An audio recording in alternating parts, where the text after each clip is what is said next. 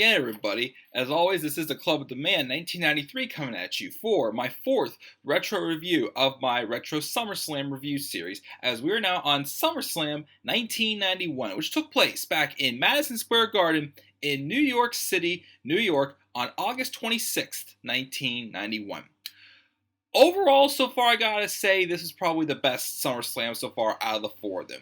We had a couple pretty solid matches on this card. We had one, classic level match, pretty much the start of the singles career for a future Hall of Famer.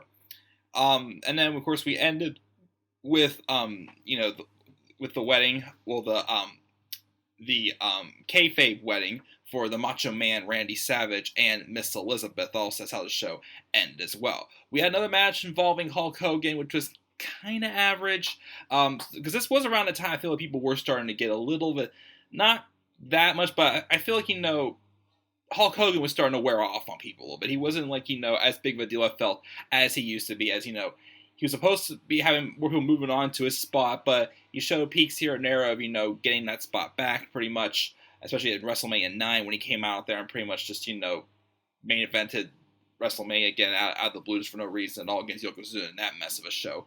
But we're not going to talk about that. We also had the mention of a future WWF superstar who had a brief run before going to WCW before coming back to WWE later on in his career.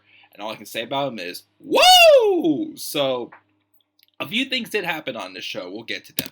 So, as I said before, this SummerSlam 1991, took place on August 26, 1991, at Madison Square Garden in New York City, New York. We kicked off with a pretty solid six-man tag match. It was Ricky the Dragon Steamboat, Texas Tornado, and British Bulldog taking on the Warlord and Power of Glory, Hercules and Paul Roma, with Slick in their corner.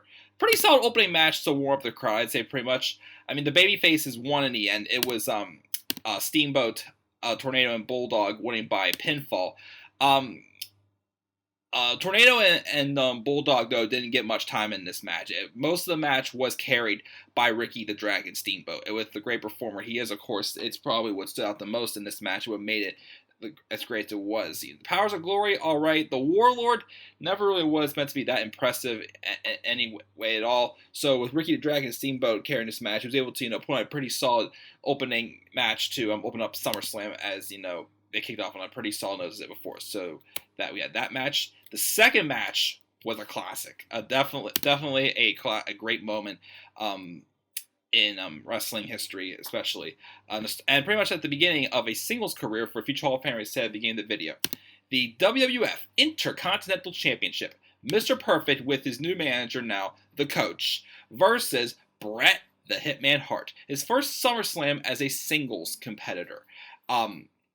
Now, going to this match, actually, Mr. Perfect was apparently injured with a back injury. I think after this, he did take about a year off because of it was. But this match was just laying out the pieces and just, pretty much showing, these were both future Hall of Famers, and Mr. Perfect and also Bret the Hitman Hart also as well. They put on a great showing. And also significant about this match is Bret Hart kicked out of Mr. Perfect's signature finisher, the perplex suplex, or whatever it was called. I can't remember off the top of my head, but he kicked out of it. And at that time, it was very rare for anyone to ever kick out of someone else's finisher. So that was a big moment there as well. Of course, there was a lot of back and forth action. Bret and Mr. Perfect both definitely remember this match very well, because two of them were really close friends in real life, so they had a joy of putting this match on together. And then eventually, after the Coach tried to do some interference outside, we had Hart win by getting Mr. Perfect to tap out to the sharpshooter, and Bret Hitman Hart wins his first. I believe this is his first singles championship. I think I can't remember off the top of my head, but I believe this was his first singles championship he won, since he had runs with the tag titles before. But he wins by submission. It was a classic. It was a great moment to jumpstart his career. But of course, he had even better moments in the upcoming years to come as well in the WWF as well. So definitely match of the night was Mr. Perfect with Coach versus Bret the Hitman Hart for the Intercontinental Championship. Following the best match of the show, we had probably the worst match of the show. It was Natural Disasters Earthquake and Typhoon with Jimmy Hart taking on the Bushwhackers, Luke and Butch, with Andre the Giant in their corner. Just a boring, bland match. It just felt pointless. Nothing really happened. Disasters won by pinfall. Afterwards, they went to do a post-match attack on Andre the Giant, but then Legions of Doom came out to stop them, pretty much, and saved Andre, so they walked off. What's significant about this, though, is that this was Andre's last major TV appearance, apparently, in the WWF. Of course, as we all know, he would pass away probably about a year and a half later. I think it was in January of '93 he passed away.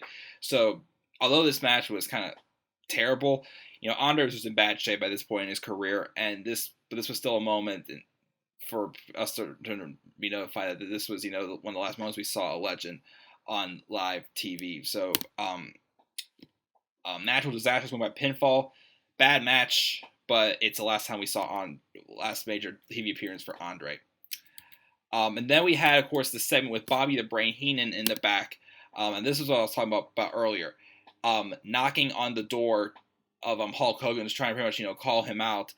There was like a slam of the door that kind of just, scared Heenan off. But Bobby the Brain Heenan mentioned Ric Flair. And Ric Flair had not arrived yet in the WWF at the time. This was the tease of him that he was coming to the WWF sometime soon. So there was the mention there. I wanted to, make note of that as well. This match, I feel, is definitely, this next match was all right. I feel like it wasn't really one of the greatest matches I've seen, but I think it was decent to solid.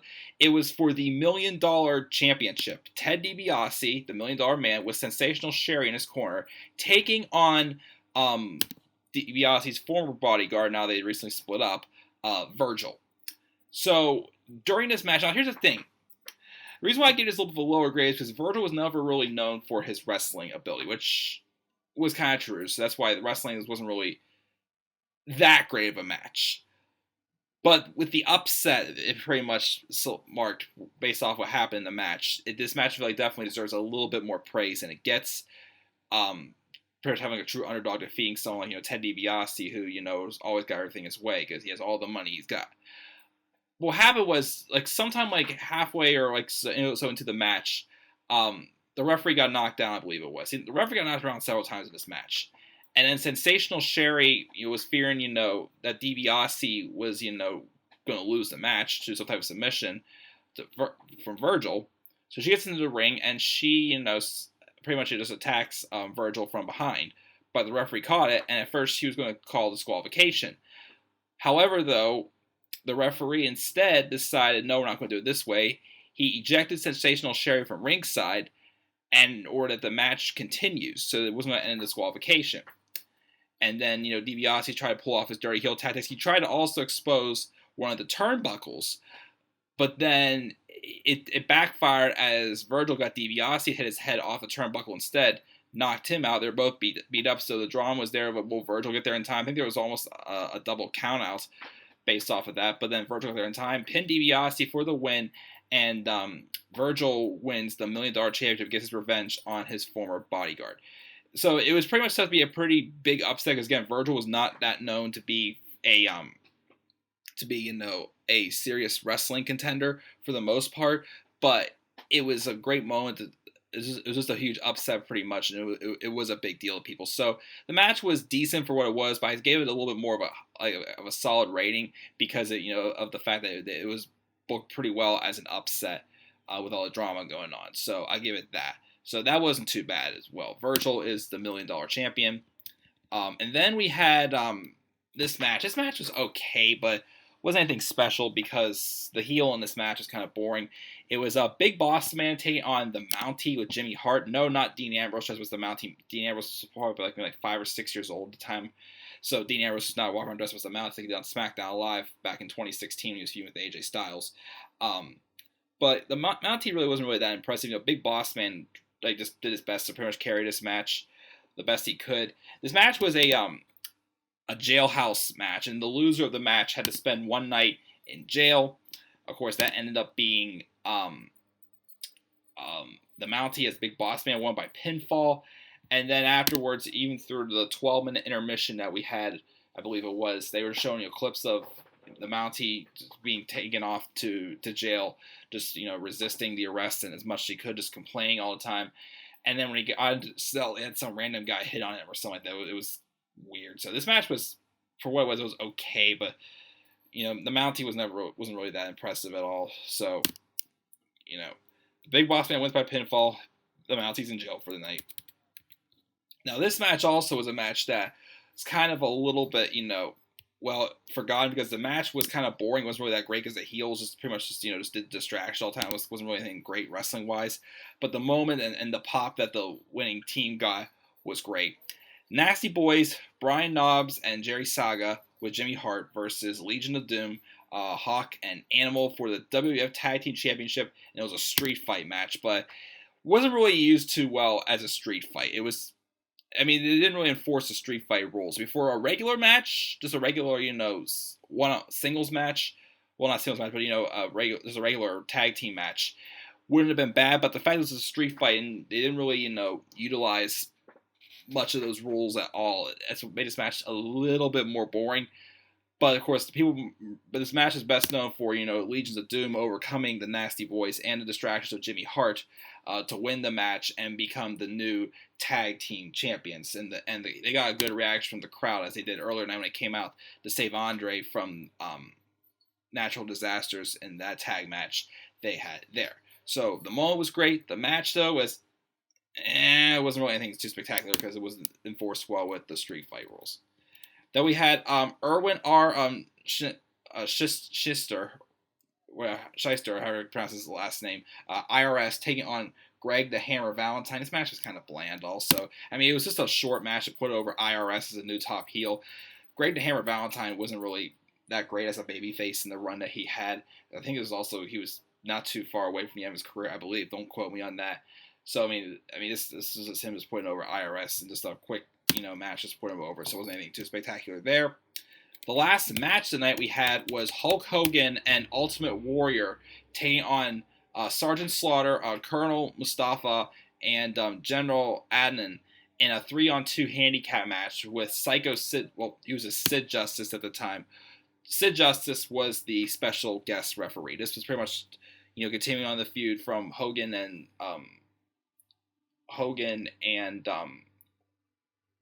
Slaughter from WrestleMania 7, and Warrior also was the one who was dethroned by Sergeant Slaughter as well. This match was average. The problem is there was just too many old guys in there. It could have put a couple younger guys with Sergeant Slaughter, but it was just guys who were in their late 40s going at it, and they just weren't in the best shape anymore. Match was okay. It was passable. A little bit better than a lot of people expected when I read the reviews and ratings of this match. Afterwards, Hulk Hogan invited Sid Justice to come back into the ring to celebrate. Kind of establishing the friendship between them, the storyline before Sid Justice would eventually turn heels sometime after the Royal Rumble instead of the match between Hulk Hogan and Sid Justice for WrestleMania 8 next year, which wasn't really too great either. But that was still average for what it was. And the show ended with the wedding, the kayfabe wedding of the Macho Man Randy Savage and Miss Elizabeth, as the story Macho Man Randy Savage and Miss Elizabeth were together, and then when the Mega Powers exploded, so did they. And this past year's WrestleMania, he was in a career match, which he was not competing at the time, but he would stick around because he left WCW. He left for WCW in 1994 and never came back to WWF. But and in that match, even though Savage lost the match, him and Miss Elizabeth did reunite, and he proposed to her, and then they got married. Now, of course, what sucks though is in real life, Savage and Elizabeth were already married. They got married back in 1984, but this is around the time where their marriage was starting to fall apart, and they did get divorced in 1992, just a year later. Yeah, that really sucks. But that's how we ended the show. Happy ending to definitely a fairy tale story between these two. Also, the story of them, the kayfabe wise, getting back together and whatnot. But that's it for my retro review of SummerSlam 1991. Again, it was definitely probably the best one I've seen out of the 4 I've watched so far. So that's why I give this SummerSlam a C+. Decent show, had some good matches, a classic, a few good moments in there as well. So I definitely give this a C+. What grade do you give this SummerSlam, SummerSlam 1991. Leave your thoughts down in the comment section below. And as always, please click my like and subscribe to the channel and follow me on Twitter at DemandAirBoy93. And stay tuned for more to come to this channel as always. So with that, guys, I am checking out. Until then, guys, have a great night. Peace out, everybody.